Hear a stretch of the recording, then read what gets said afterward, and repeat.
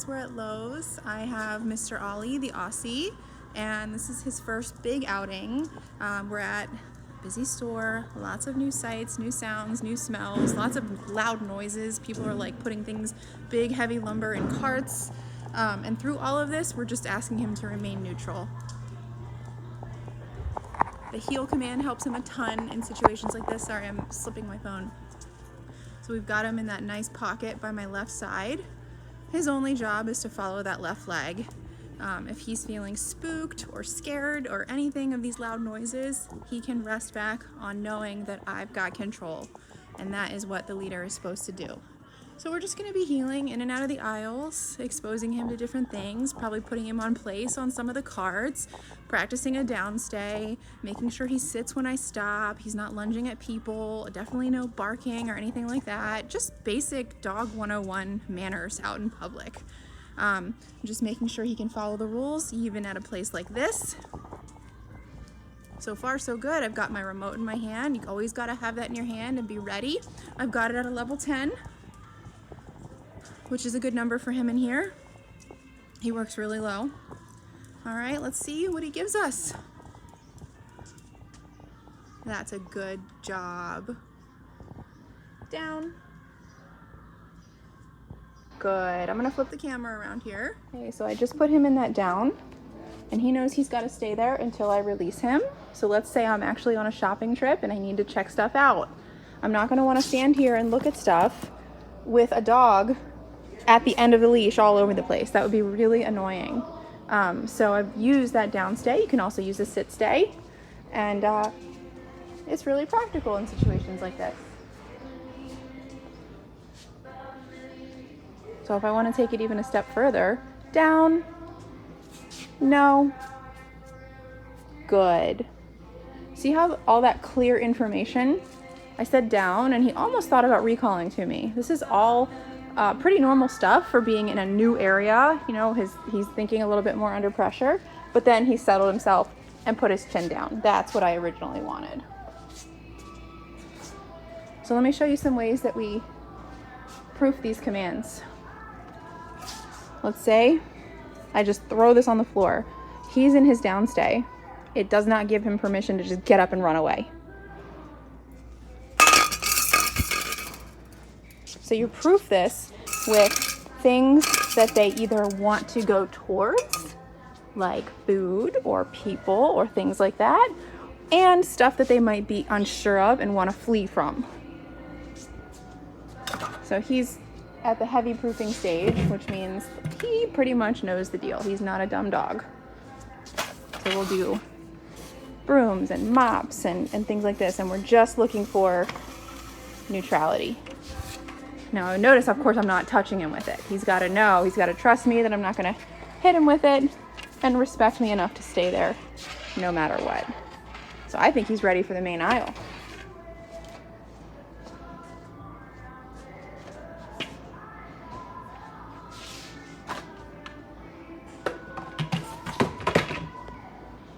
Good boy. Let's try a recall. Okay, I'm getting my remote ready. So the recall button is the T button. Come.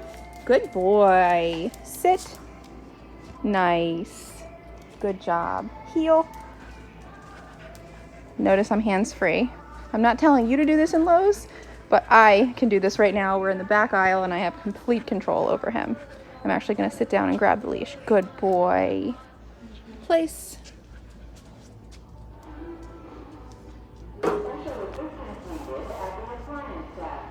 Place. Nope. Place. Good. Place. Good. Down.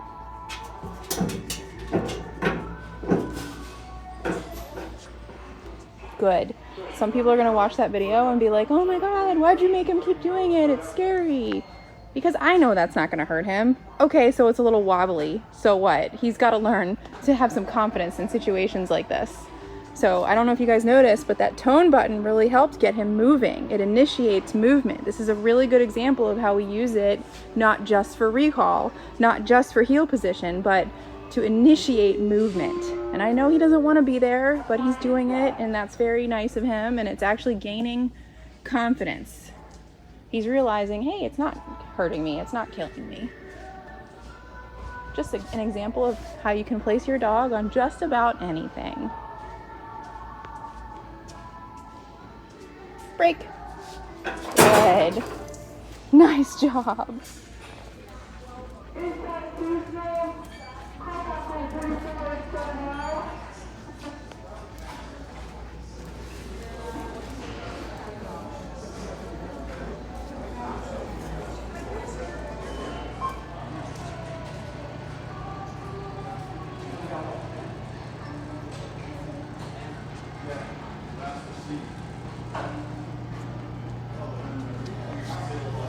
Heel.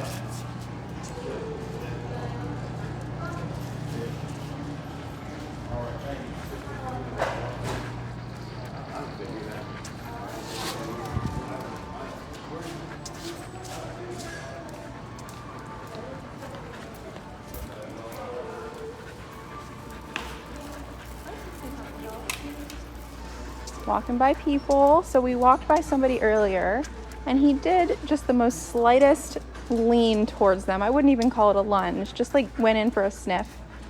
I tapped at the 10 and it brought him right back, and he hasn't done it since.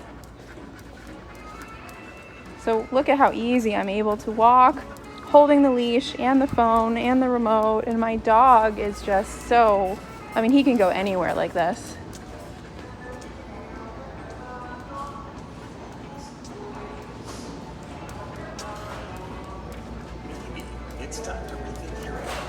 There's a lot of people up here. We're going to be going through the gauntlet.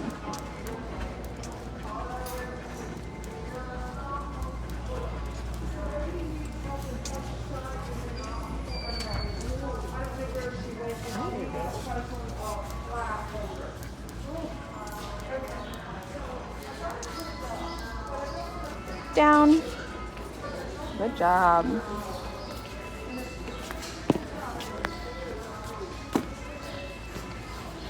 A lot of people walking around.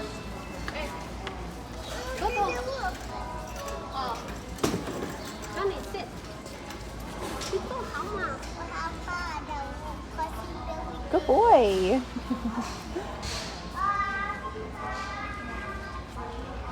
Good job, bud. I'm happy with you. So look, again, just observing the surroundings as people go by, carts are going by. We're just looking for a dog this is what you call a dog who's well socialized. He's just watching. He's not growling, he's not barking, he's not lunging, he's just able to observe. And as I said before, if I wanted to relax him even further, I can do that. Let's just try a tap on the collar at an 8. Okay, see how that brings his chin down to the ground? Okay, we're gonna do one more tap at a 10. Down. Good. Good job. So if I notice him struggling, panting really fast, I can ask for this state of mind, which actually helps him. He doesn't need to be panting. It's not hot in here. The air conditioning's actually on.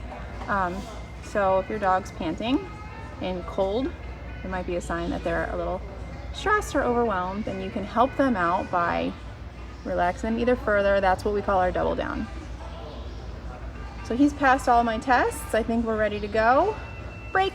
Good boy.